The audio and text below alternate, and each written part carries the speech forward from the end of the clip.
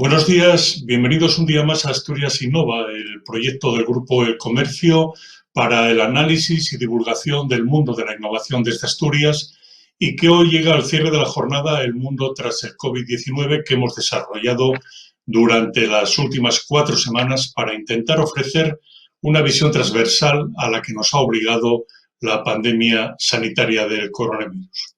Contamos hoy desde Estados Unidos, desde su residencia en Indianápolis, la capital del estado de Indiana, con una persona que muchos recordarán por su actividad en Asturias. Su nombre es Juan Quico Suárez, al que muchos conocimos como un excelente jefe de comunicación de DuPont para España y Portugal hace ya muchos años. Es doctor en liderazgo y cambio por la Universidad Americana de Antioch y a finales del año pasado fundó su propia empresa, My Career MD, para desarrollo de líderes y asesoría a personas que quieren un cambio en su carrera profesional. Es además cofundador con su esposa de una empresa de comunicación corporativa que se llama Media Moon.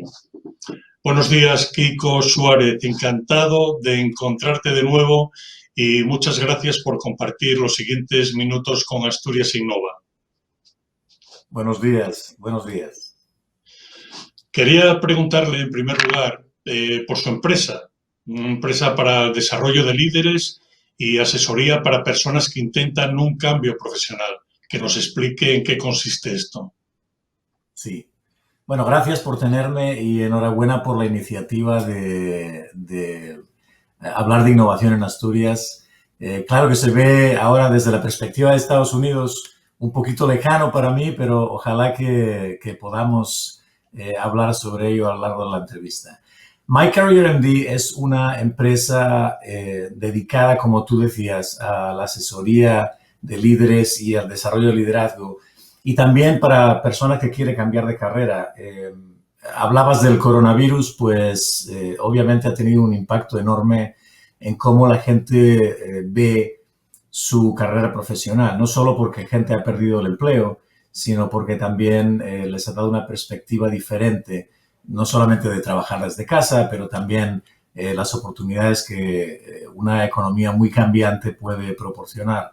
Así que yo con mi tema de liderazgo preferí iniciar esta andadura empresarial que no es fácil, pero es muy interesante, está muy cerca de mi corazón, de mi pasión, de ayudar a las personas y pues ahí tirando. Muy bien. Yendo por partes, yo creo que usted es un claro ejemplo de la persona que no se conforma con lo conseguido profesionalmente, ¿no? Ocupó altos cargos directivos en DuPont a nivel mundial y 15 años después es fichado por la cementera Cemes para ser su director global de comunicación. Vivió en Monterrey, volvió a Estados Unidos, fue fichado por otras empresas y finalmente fundó la suya propia. Yo creo que su perfil, Quico, define un poco el espíritu norteamericano de avanzar continuamente, de no conformarse, que tiene poco que ver con esa mentalidad tan española nuestra de conseguir un puesto de trabajo para toda la vida. ¿Tiene esa misma impresión? Bueno, yo todavía tengo un hermano que vive en Asturias y siempre me recuerda lo mismo, ¿no? Que yo soy muy echado para adelante y que pues hay que tirar en la vida. Reconozco que a mí el pasado, aunque me marca, no me condiciona. Y yo prefiero mirar al futuro siempre. Yo creo que los españoles vemos el vaso muchas veces medio vacío en vez de medio lleno. Y viendo el mundo y expandirse y visitar, no solamente estar de viaje, pero vivir en otros países te da una perspectiva mucho más amplia, cambia de la manera que ves la vida. Y yo creo que lo que a mí siempre me atraco es hacer cosas nuevas y pues eso responde un poco a mi espíritu. Si lo ves como más americano, pues es posible que sí. Aunque pues yo crecí en Asturias de padres españoles y como cualquier persona. Así que si alguna lección hay que tomar de esto sería que hay campo para todos y nada más que hay que echar para adelante.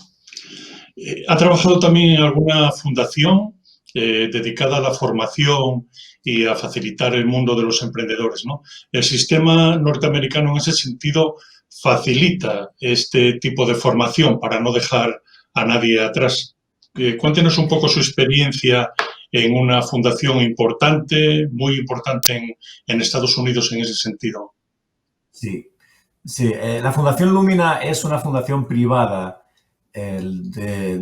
digamos, de gran tamaño, ¿no? Es como $1.000 millones de base y ellos lo que hacen es dan dinero a proyectos que están dedicados sobre todo a facilitar el acceso a la universidad o a carreras que permitan avanzar profesionalmente.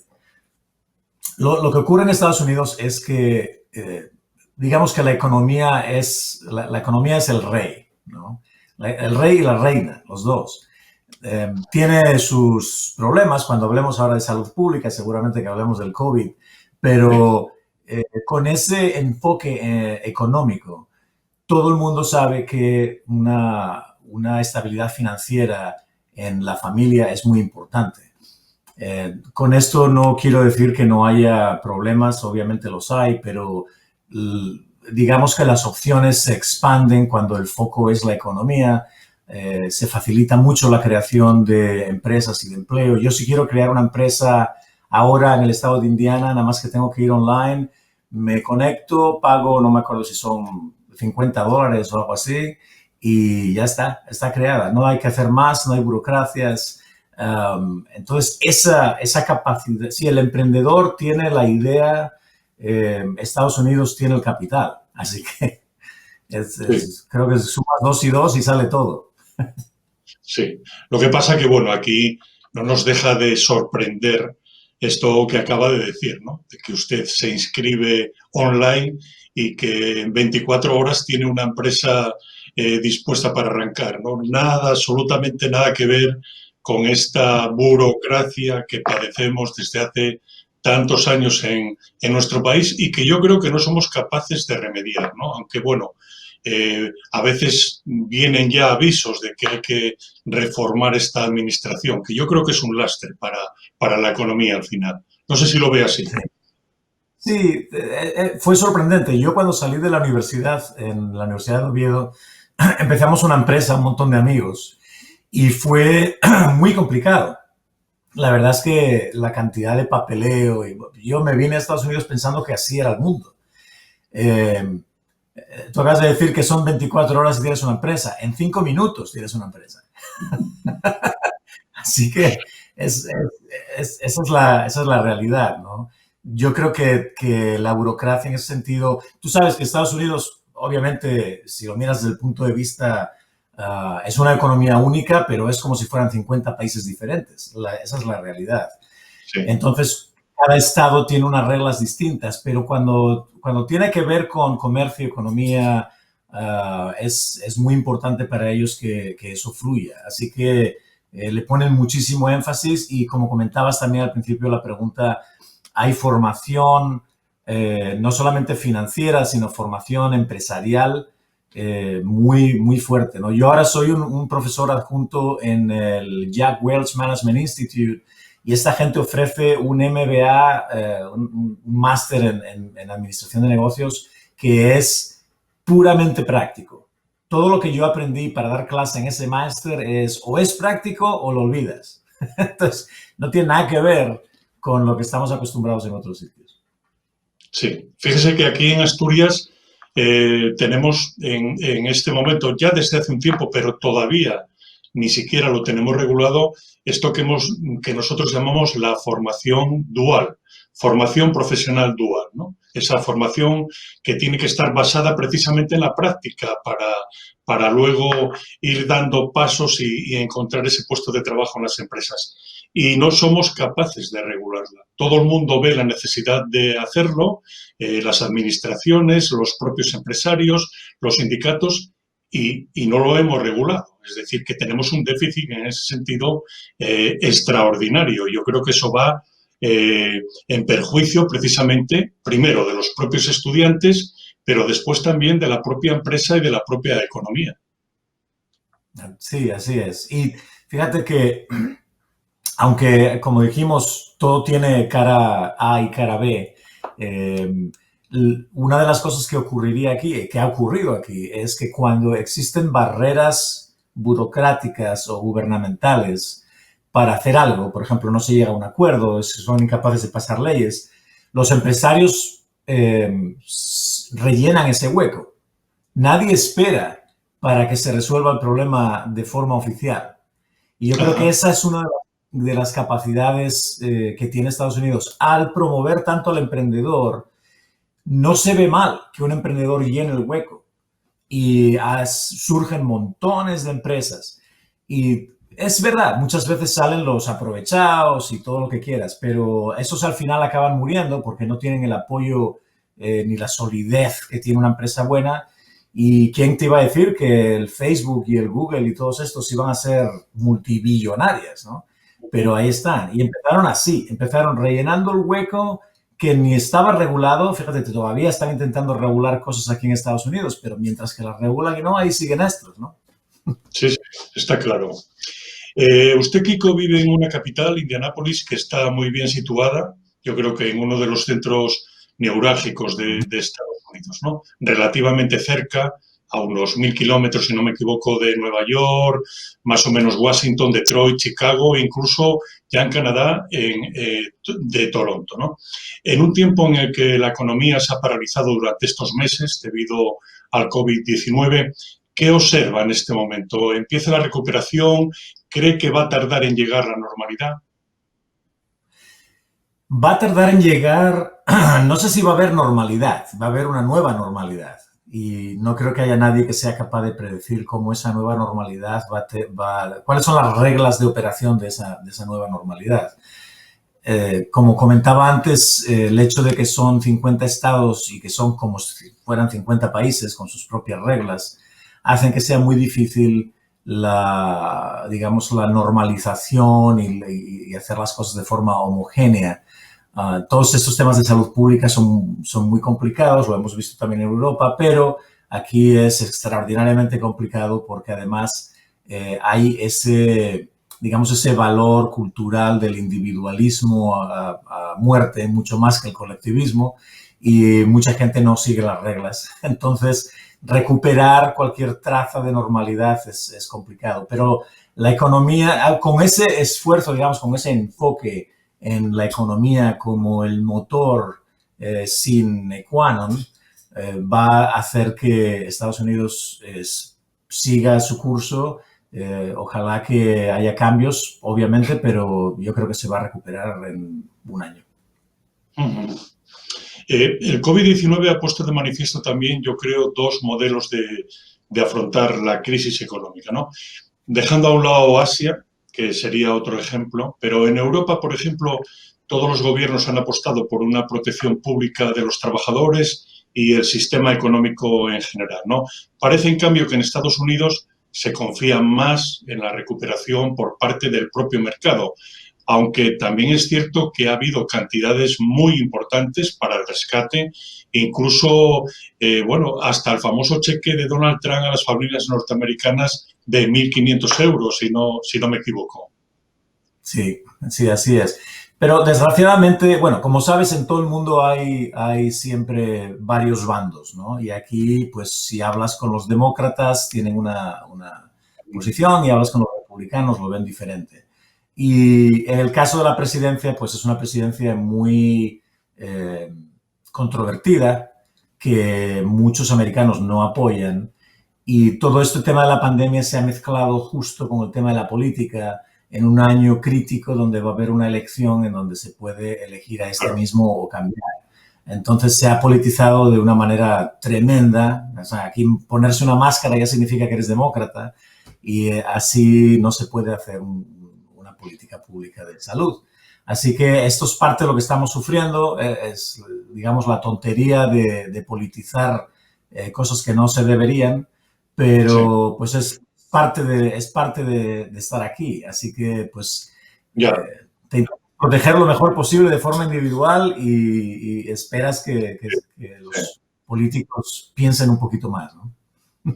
De todas formas, yo creo que ese mensaje, Kiko, no solamente vale para Estados Unidos, en donde, bueno, todos estamos un poco asombrados de las cosas de Donald Trump, que tampoco hay que olvidar que es presidente de los Estados Unidos porque quieren los norteamericanos que lo sea. Eso por un lado, ¿no? Pero por otro, este espectáculo político también lo podríamos trasladar a España, en donde no hemos sido capaces o no han sido capaces los políticos de darse cuenta de que estamos ante la mayor pandemia del siglo, que esto era una cosa nunca visto, que esto era un problema sanitario y resulta que hemos terminado echándonos los muertos a la cara unos a otros, como ha sucedido en la historia reciente de este país. Yo creo que en ese sentido la conclusión es negativa para el mundo político en general, ¿no? Llámese Estados Unidos o llámese Europa. No sé qué visión tiene usted también de ese tema respecto a Europa, respecto a España. Sí.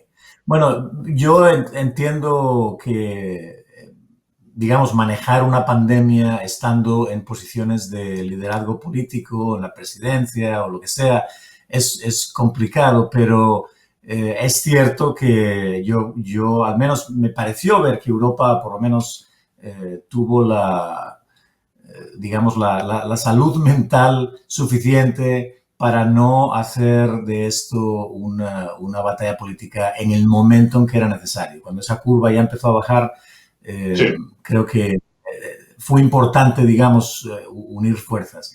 Obviamente, sigo diciendo, digamos, los sistemas políticos tienen esto, ¿no? Se eligen cada X tiempo, les preocupa más su futuro y lo que opinan los votantes y las bases y todo eso.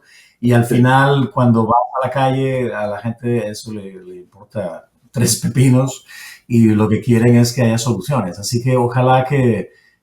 yo creo que de esta pandemia se va a aprender mucho. Desde el punto de vista, yo soy un doctor en liderazgo, te puedo decir que seguro que salen casos, estudios y que las nuevas generaciones... Mis niñas tienen 12 y 8 años, son todavía pequeñas y han vivido esta pandemia, no han podido ir a la escuela. Esto va a marcar un cambio para toda la sociedad. Nosotros, yo creo que ni tú ni yo hemos vivido una pandemia nunca, así que nos ha tocado también en otro momento generacional, pero yo estoy convencido que estas generaciones que la han vivido de niño van a cambiar muchas cosas, van a hacer que la sociedad opere de forma diferente. Tengo mucha esperanza en ellos. Sí. Profundizando precisamente un poco en esto, Kiko, ¿cómo han vivido usted en su familia, en su entorno, en su ciudad? ¿Cómo han vivido, cómo están viviendo esta pandemia sanitaria? ¿Cómo les está afectando? Bueno, pues lo primero, digamos lo más grave de todo, es que el sistema escolar pues, tuvo que parar 100%. Los niños no pudieron volver a la escuela y eso impone una situación, obviamente, en los padres, trabajadores, muy complicada. Nosotros, particularmente, al ser empresarios los dos, podemos trabajar desde casa con un poquito más de flexibilidad, pero hay otras familias que si, por ejemplo, trabajas en el almacén de Amazon, pues tienes que ir. Entonces, es muy complicado para las familias tener que tener a los niños en casa y sobre todo si son familias más humildes, el sistema no está preparado para eso. Luego está pues, el tema de la protección y de este, como te comentaba, este individualismo versus colectivismo. Y entonces, si alguien dice, bueno, pues hay que poner máscaras, aunque ahora empieza a haber órdenes ejecutivas de los gobiernos estatales o de las ciudades de forma independiente, a nivel más municipal, donde exigen que se lleve la máscara a la calle.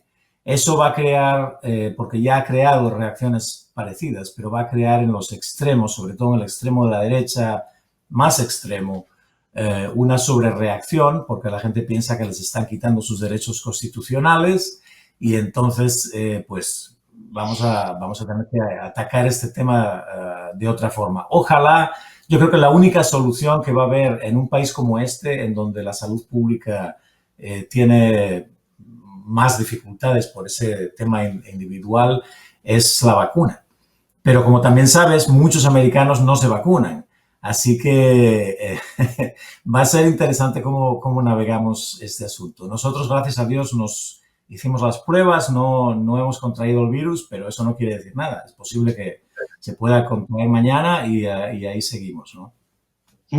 Perfecto. Abundando un poco más en este tema, ¿no? El presidente de Estados Unidos, Donald Trump, es señalado junto a Bolsonaro en Brasil y incluso a Boris Johnson al principio en Gran Bretaña, abiertamente como un líder irresponsable, ¿no? Que tardó mucho tiempo en reaccionar, que al principio incluso se lo tomó un poco a broma, ¿no? Pero que finalmente la dureza de los números de contagiados y fallecidos le ha hecho rectificar, ¿no? ¿Qué impresión han tenido los norteamericanos de esta forma de proceder? Posiblemente de haber llegado un poco tarde a tomar medidas drásticas. Sí, bueno, yo diría demasiado tarde, pero ahí se me va a ver el color político, desgraciadamente. Yo no apoyo para nada cómo este gobierno de la administración de Trump vio esto venir. Sus declaraciones, hay vídeos que recuerdan sus declaraciones desde enero hasta ahora y siempre negó desde el principio que esto fuera nada importante, ¿no? Desgraciadamente es así. Lo bueno que tiene Estados Unidos es que tiene un par de líderes en el mundo de la salud que son asesores del presidente, que están muy reconocidos mundialmente y que aquí la gente les sigue. Así que Trump sale a hablar, pues la mitad de la población ya no lo cree, la otra mitad lo sigue a pies juntillas y después salen estos señores que son los expertos en salud que ya te dicen, bueno, pues esto puede ser grave. Y luego los gobernadores de los estados, que son verdaderamente los que imponen las reglas de la convivencia diaria, son los que están reaccionando, yo creo, de una manera más racional, si quieres, y los estados están, los que abrieron las puertas, por ejemplo, Florida, Georgia y todo eso, las han tenido que volver a cerrar para controlarlo. Así que digamos que la desventaja es que tenemos un presidente que no ha querido prestar atención a esta situación pensando que le iba a afectar a los números y efectivamente así ha sido, pero gracias a Dios tenemos un montón de gobernadores estatales que yo creo que están haciendo lo correcto, ¿no? Ajá. Usted sabe bien, como experto en comunicación, que la información que se tiene de los países desde fuera a veces viene o está distorsionada, ¿no? En estos meses se ha hablado mucho aquí en España del triunfo de la sanidad pública y universal que tenemos en nuestro país y en ocasiones se ponía a Estados Unidos como ejemplo de una sanidad a la que no pueden acceder todos los ciudadanos norteamericanos en igualdad. ¿Puede explicarnos, Kiko Suárez, cómo funciona este sistema sanitario en Estados Unidos a nivel general?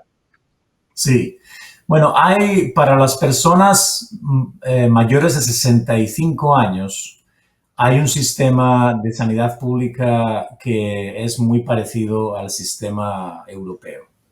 Lo que pasa es que luego, cuando estás, digamos, entre tus 18 o ponte 24, ¿no? Desde los 24 años a los 65, estás en edad de trabajar.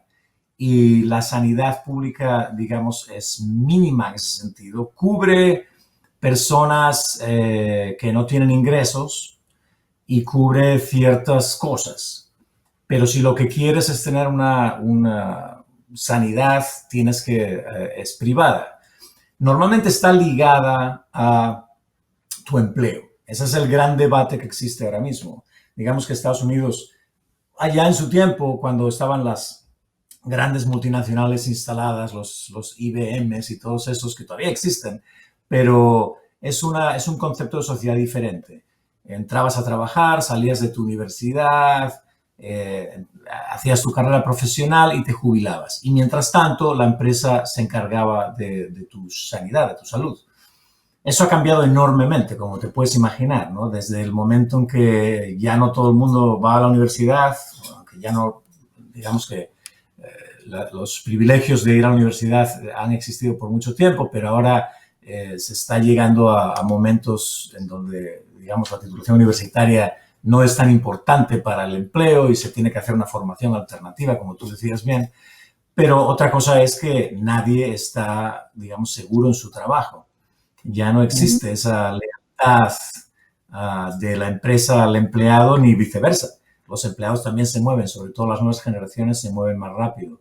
Así que eso de tener ligado tu cobertura sanitaria al empleo, pues está complicado si no tienes un empleo que la cubra.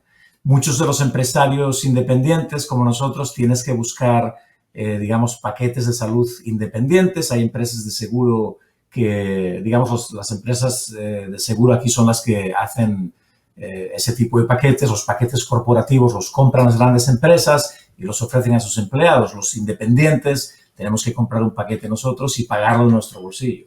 Así que en ese sentido, pues es más complicado de entender. Luego los estados tienen también, digamos, la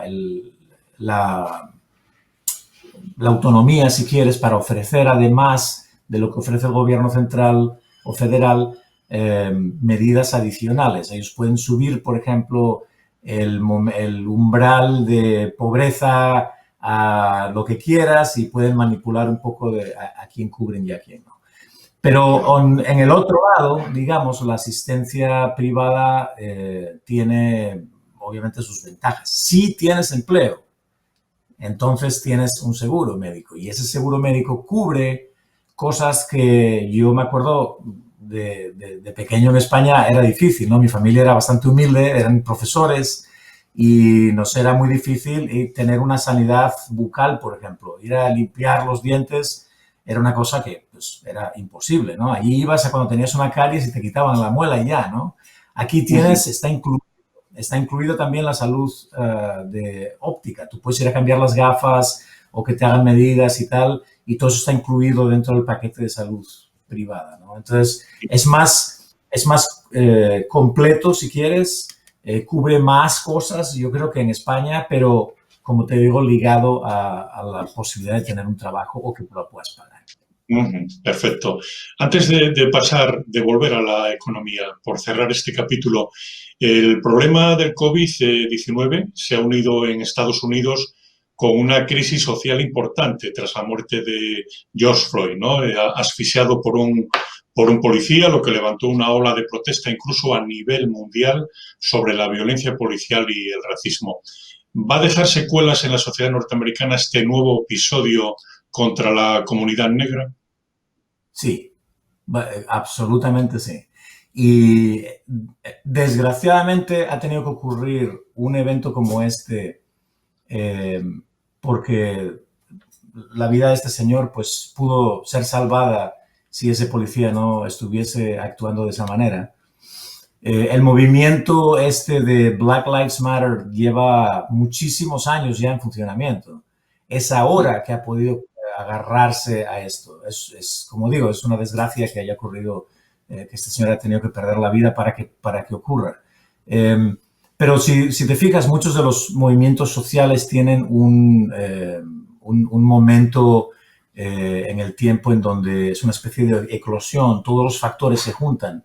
Y ha ocurrido justo en el momento, además, de que ocurre esta pandemia, de que las poblaciones de color en Estados Unidos, incluyendo los latinos o hispanos que vienen de Latinoamérica, han sufrido más porque tienen menos protecciones, porque son los trabajadores de servicios esenciales también, entonces tienen que salir de ahí cuando la pandemia estaba muy activa. Entonces, todo esto se ha combinado y ha creado un movimiento social muy reforzado, donde ya el asunto de Black Lives Matter pasa de ser una cosa extrema, digamos, de que las personas de la mayoría blanca no les importaba, a importarles, precisamente por haber visto ese vídeo. Desgraciadamente también hay reacciones en un año electoral como este, estamos a unos meses de saber si podemos cambiar de presidente, en donde se hacen propuestas que no se han oído antes. Por ejemplo, eso de eliminar los fondos a la policía, ¿no? Que les quiten los presupuestos a la policía. Y en algunos casos dicen algunas municipalidades, bueno, pues que quiten a la policía. Pues no sé si eso ya también será reaccionar de forma extrema a un problema que es racial, que se está viendo desde ese punto de vista. Así que yo creo que sí ha cambiado las cosas enormemente. No sé si recuerdas también el momento en el que en el fútbol americano, que es la liga deportiva, digamos, más fuerte, además del béisbol y todo eso, hubo un momento en el tiempo, si te fijas, al principio del mandato de Trump, donde uno de los jugadores se arrodillaba en el himno y se montó una bronca enorme porque el tipo no era patriótico, ¿no? Ahora es justo al revés. Justo pegó esto y la Liga de Fútbol Americano por fin ha reconocido que eso era una protesta importante. Así que yo creo que vamos a ver muchos cambios, nunca suficientes porque no tiene justificación el racismo institucional y sistémico, pero al menos pues yo creo que vamos a ver un poco de progreso en ese sentido. Está claro. Volvamos ahora sí al mundo de la economía. También el COVID-19 nos dice que la lucha de Estados Unidos y China por el liderazgo mundial no solo no se ha rebajado, sino que incluso en algunos aspectos ha aumentado, ¿no? ¿Qué impresión tiene el ciudadano norteamericano de esta sucesión de avisos, de amenazas entre los dos países? Sí, yo creo que corresponde a digamos, al cambio en la balanza de un gobierno demócrata a un gobierno republicano. El efecto Trump lo aumenta en exceso.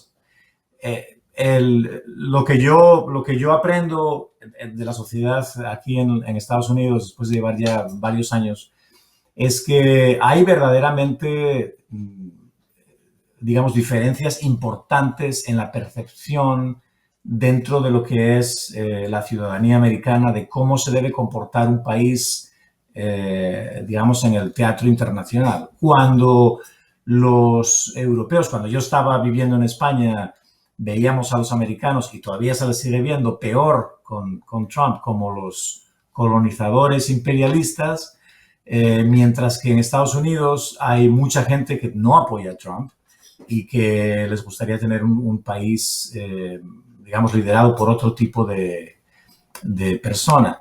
Pero detrás digamos, de ese... Estados Unidos es muy idólatra, si quieres, ¿no? De las personas. Se vota a la persona, no se vota al partido. Los deportistas hacen lo mismo. Aquí, a nivel universitario, los equipos son muy importantes, pero ya cuando llega a nivel profesional, las personas siguen al jugador. En España, pues en el fútbol, en todo el mundo, seguimos al equipo. Sí, hay jugadores excepcionales, pero eres del equipo. Aquí la gente es de la persona. Y esto crea una diferencia enorme contra otros países, ¿no? Así que desde el punto de vista económico o de presencia internacional de Estados Unidos, siempre se ha visto que si hay un gobierno republicano es más agresivo, digamos, o la percepción es de un gobierno más agresivo, más mandón. Y cuando hablas con las personas del Partido Republicano, no necesariamente las que apoyan a Trump, esos son una excepción, sí echaban de menos una presencia americana más fuerte, más imponente, ¿no? Eso es parte de su orgullo patriótico. Aquí se canta el himno en todos los eventos deportivos. Si vas, por ejemplo, a una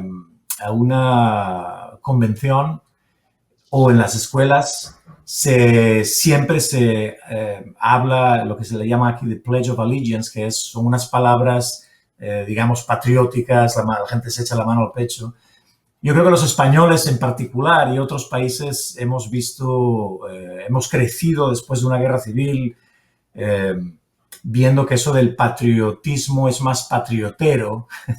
Y sin embargo aquí no, aquí esa idea todavía es un ideal enorme de que Estados Unidos es un país diferente, excepcional. Así que pues lo que hemos visto es eso, es un poco volcarse a esa idea de un país más imponente. Ahora, como digo, las medidas que si le pongo este tipo de sanciones a China o si me alío con Corea del Norte o los bombardeos, estos son todo parte del teatro Trump. Pero sí es verdad que China ha sido China y Rusia y Estados Unidos han estado en tensión permanente económica y política y de todo tipo durante muchos, muchos años, como sabes. Así que eso continúa y lo que pasa ahora es que China es muchísimo más fuerte. Exacto, exacto. En Asturias, vamos a hablar de Asturias, de tu Asturias. Como sabe, no somos ajenos a la crisis de la industria que padece nuestro país y Europa en general, con una Comisión Europea que no acaba de corregir graves problemas como el de la competencia de terceros países, por ejemplo, que inundan el mercado europeo sin que esos países estén obligados a cumplir la normativa medioambiental cada vez más exigente, ¿no? Tiene desde ahí una visión de la industria asturiana, la española, la europea. ¿Cree que solo desde el mundo de la innovación se podrá asegurar que el futuro de la economía en general? Ya. Bueno, ya quisiera yo ser un economista conocido, pero ni soy economista ni soy conocido, así que te voy a dar una opinión.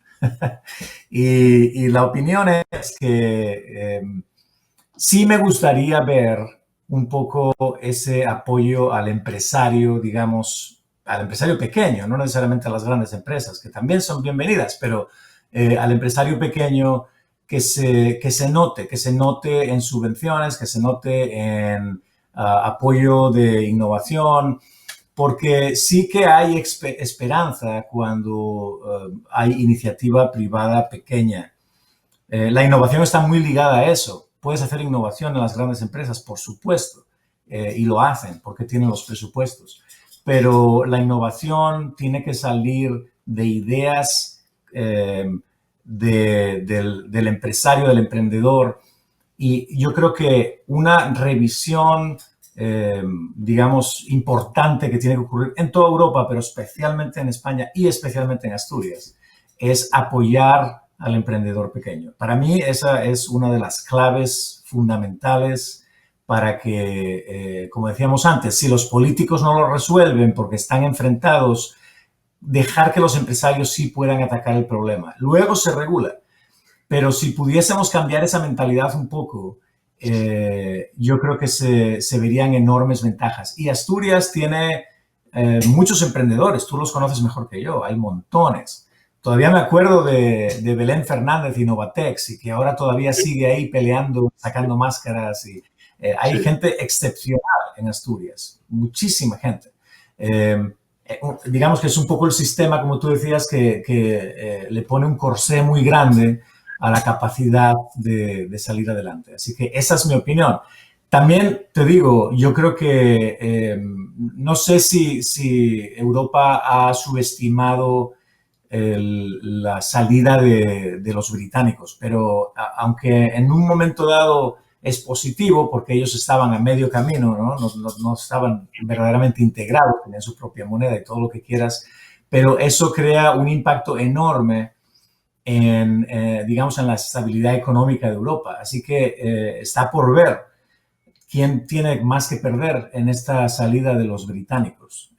A mí me preocupa mucho, no por el futuro de Inglaterra, que pues, seguro que se va a organizar muy bien, pero hay muchos de los sistemas económicos, financieros, digamos, el esqueleto financiero europeo está muy dependiente de Inglaterra.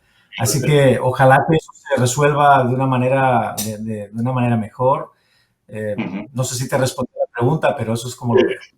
Sí. Bueno, yo creo que ha dado como una de las claves, ¿no? Nosotros aquí, por ejemplo, en Asturias, como tú conoces, estamos defendiendo permanentemente la industria y la gran industria que es cierto que es nuestro gran esqueleto, ¿no?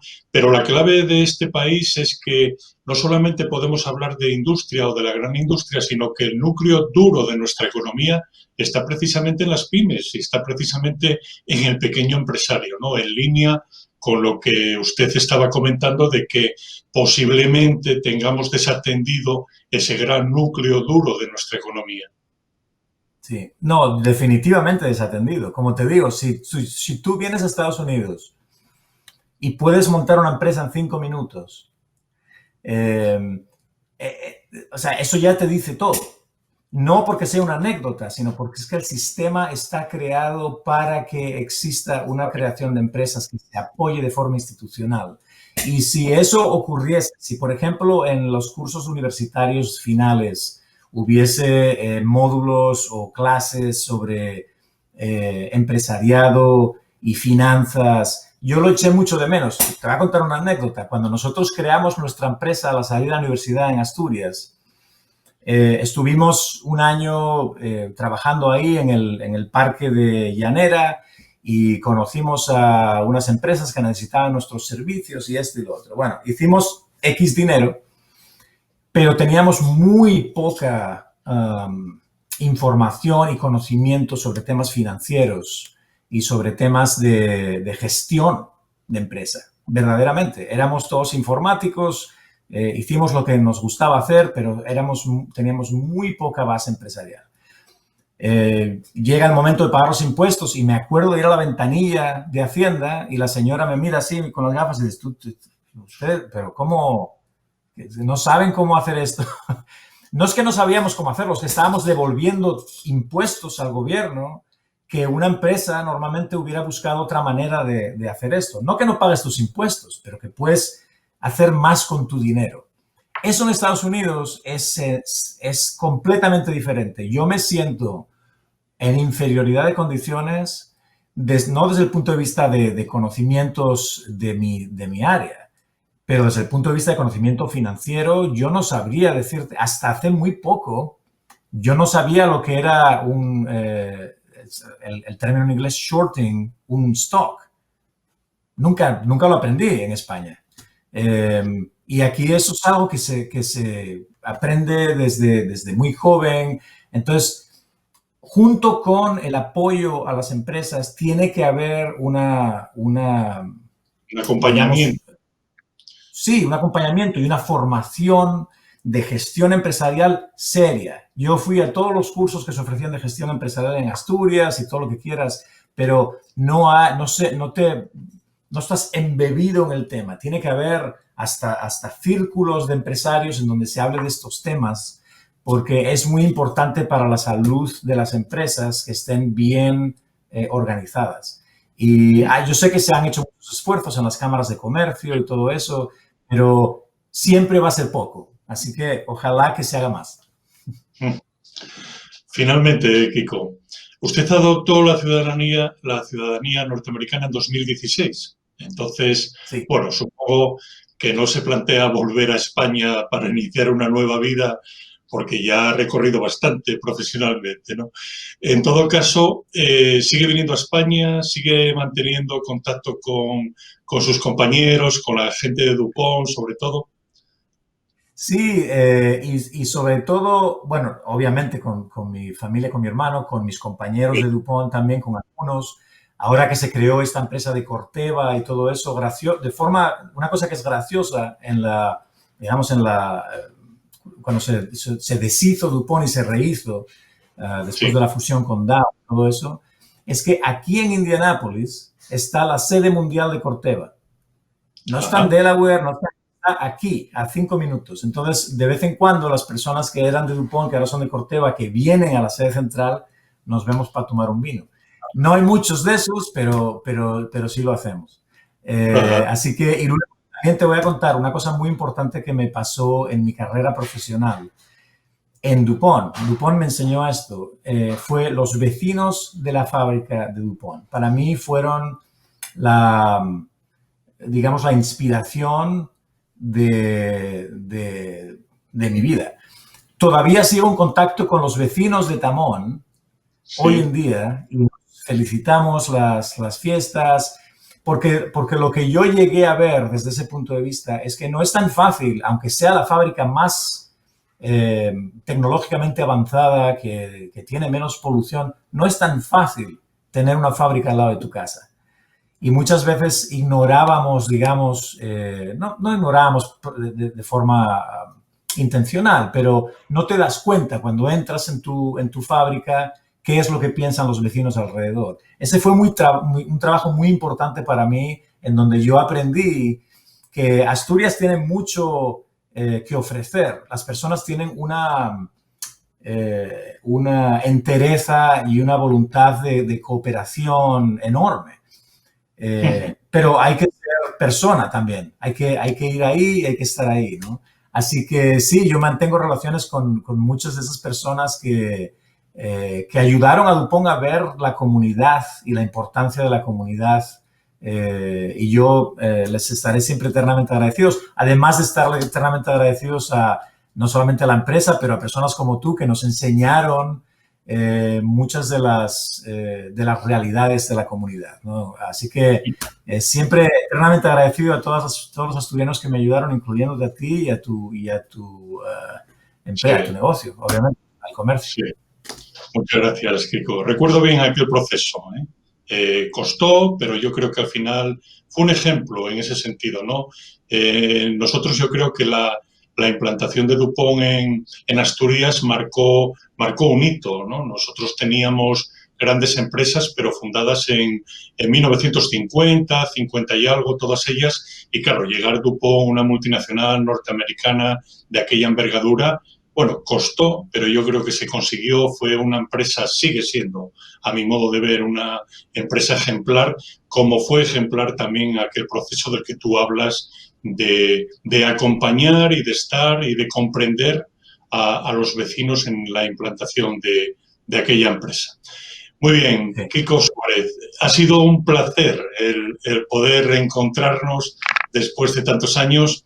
Y yo le doy las gracias por esta valiosa aportación, esta mirada desde Estados Unidos que enriquece esta jornada del mundo tras el COVID-19 que nos ha ocupado durante 4 semanas. Muchas gracias, mucha suerte para usted y los suyos y un fuerte abrazo desde Asturias. Igualmente. Y aquí con los americanos estarán celebrando el 4 de julio la independencia de los británicos. Así, no sé lo que voy a celebrar, pero bueno, ahí nos uniremos a las... Gracias por todo. Gracias a ti, Kiko. Y a todos ustedes, muchas gracias también por el seguimiento que han hecho de este planteamiento que hemos realizado desde Asturias Innova. Seguiremos en nuestro objetivo de analizar y divulgar la innovación desde Asturias y en ese camino estoy seguro que nos volveremos a encontrar. Muchas gracias. Saludos.